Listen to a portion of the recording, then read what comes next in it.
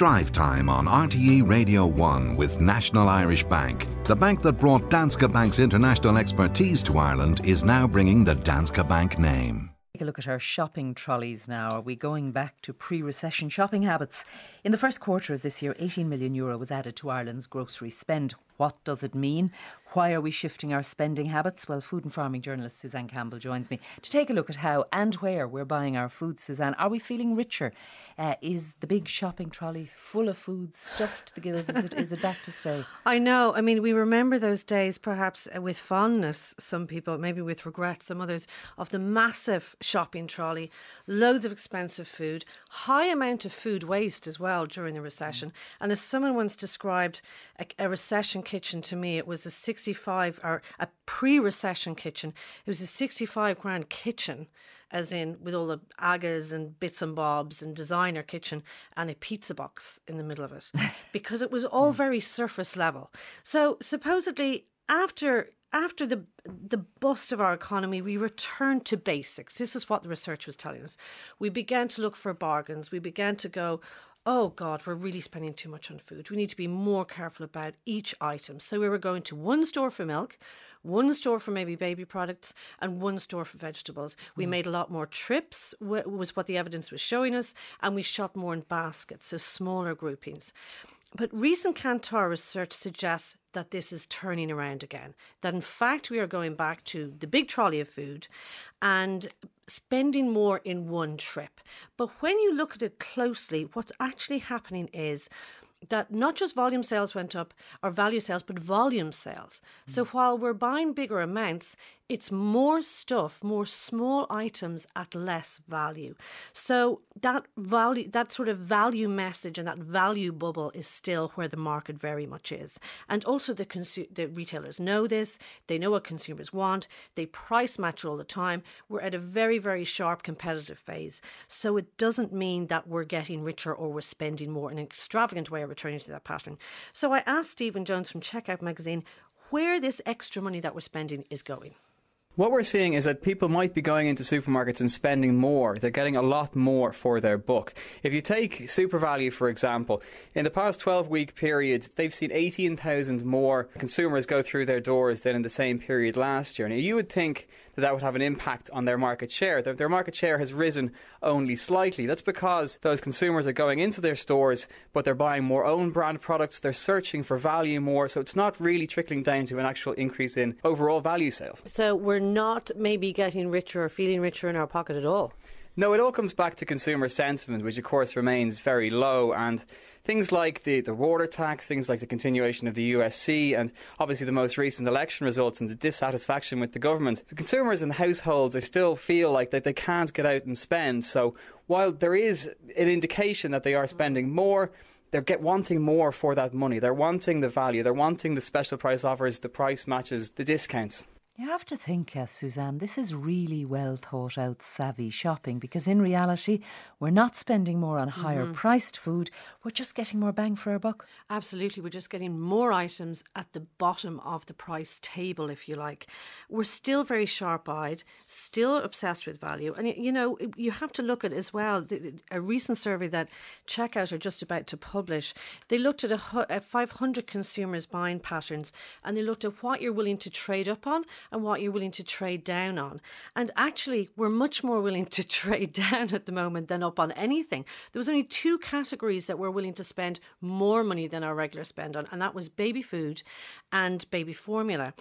But in terms of trading down, going to the discounters, going for a cheaper or an own brand offer, we want to trade down to fruit and veg. 35% of the respondents said they'd do that. Fresh meat, 31% of the respondents said, absolutely, give me cheaper fresh meat.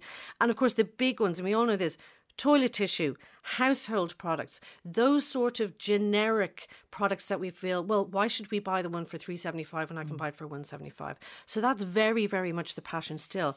But yes, we're a bit schizophrenic in Ireland as consumers. We also want other things that do cost money, that are quality, that are provenance, and also Irish food is still a very, very strong message in terms of what consumers want. Now, yesterday, Bord Bia and Tesco launched a programme which is a supplier development programme where they're getting young food companies into Tesco, talking to them about what it takes to get on the shelves, what it takes to shift product off the shelves, which is much more important than getting it on the shelf. And you have an awful lot of kind of new businesses like Boutique Bake and older ones like Carlo Brewing Company taking advice, getting in the door, and it's an 11-month programme. It's very much about Irish food. Now, there's groups like the IFA sometimes have a problem with the flag waving of the big retailers on Irish food. And we've heard them come out about this before, that there are major problems with contracts, that in fact the big retailers wave the Irish flag but then really don't continue down the chain in terms of rewarding suppliers. And I suppose what we'd hope is that the Consumer and Competition Bill will iron out a lot of these difficulties. So I asked Stephen again how important this Irish message still is for consumers. The Irishness message is obviously a crucial one because all of the main retail groups have brought in an Irish message in the past 2 years. Now, what's interesting is that most of the retail groups really put meat on the bones. They really practice what they preach when it comes to Irish. So it's part and parcel, I suppose, of the changing dynamic that you're looking for ways to develop a unique selling point. You're looking for ways to compete on a par with your competitors. And the Irish message is one area where all the retailers have really grasped the nettle. And do consumers want Irish product? I mean, is that why they have programmes like this? The consumer wants to know that what they're buying, even if they are searching for value, even if they're looking for discounts, they want to know that it does what it says on the tin. They want to know that it is locally sourced where possible, that it lives up to the expectations both of what they expect from the product but also what they expect from the retailer. So that's why we've seen a lot of investment in programmes such as the Tesco Board Bia programme, such as SuperValue's launch of the own brand signature tastes range. These kind of things really embed retailers in the Irish message, in the local community. And what sort of companies are on these programmes, Suzanne? Are they the big companies? Are they small guys? Are they entrepreneurs at the beginning of their journey? They really very much vary. I mean, at the lunch yesterday, Bord Bia made the point that some of these companies had been spotted at farmers' markets, literally, and buyers had approached them and gone, I like this product, there's something good here, this could work for Tesco. So it's a slightly different way of recruiting product than years ago. I talked to one of these entrepreneurs who's called Alex Murphy, and she has a brand called Be Free. And basically, she's making baked products that are gluten-free, egg-free, soya-free, everything under the sun, and you can still manufacture, you know, a lovely fajita kit, which she's now doing, which is her new product. She joined Tesco a year ago on one of these programmes in terms of the domestic market. She's now moved into a grade of their programme which is developing export market into kind of, first of all, the Tesco's in the UK and perhaps further afield. And they really advise on key attributes with your brand and what to do with it in terms of packaging, in terms of different kind of marketing. And actually, Alex is launching into the UK on Monday. And it's a huge, huge growth area. We actually have found recently that most people buying gluten-free product, over 90% of them, don't have celiac disease. They don't have any real health condition that is necessary for them to buy gluten-free. And let's remember, gluten-free products, are they buying it? They're a lot more expensive than normal breads, if you like, or a normal wrap.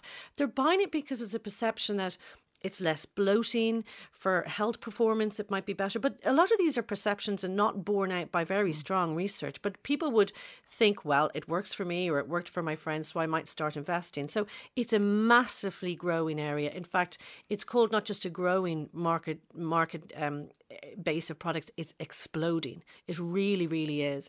And Tesco, in fact, are designing in the UK, and they're trialling this week, health zones where in their main aisles, the main aisle where you walk into the store will in fact all be free from products or health products. I have a friend in the UK who is celiac, and she always says this, that there is a far better selection in Irish stores of celiac products than you will find on the shelves in the UK supermarkets. Well, it's interesting, and I think some people have jumped on that point of difference rather than Irishness. And I asked Alex about this, that is it the Irishness that Tesco were interested in her company, or was it this point of difference and this point of innovation? Particularly in the last 2 to 3 years, Tesco have really promoted us as being an Irish company.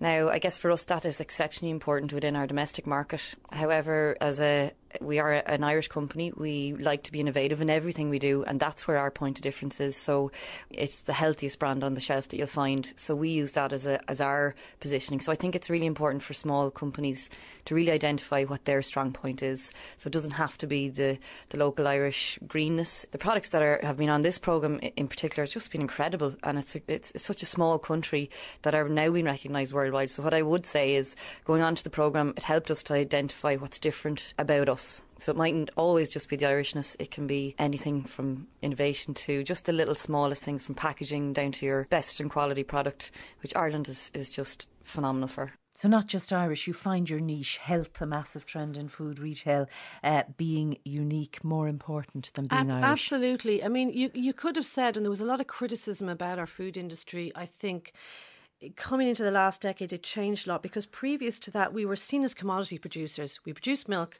we produced beef, often on the hoof, and it went onto a ferry, and the value added was done in England, was done in France. So particularly in terms of dairy, with whey, with casein, with the massive kind of functional food marketplace that's there, and it is just pure dollar signs, that functional food, in terms of whey, in terms of nutrition for athletes, but also the geriatric sector, and all sorts of different medical sort of extrapolations on that, and different medical applications from whey. Really, the functional foods and the niche product is where we're going, and I think these are the new generation of food producers. Suzanne Campbell, thank you very much for coming in.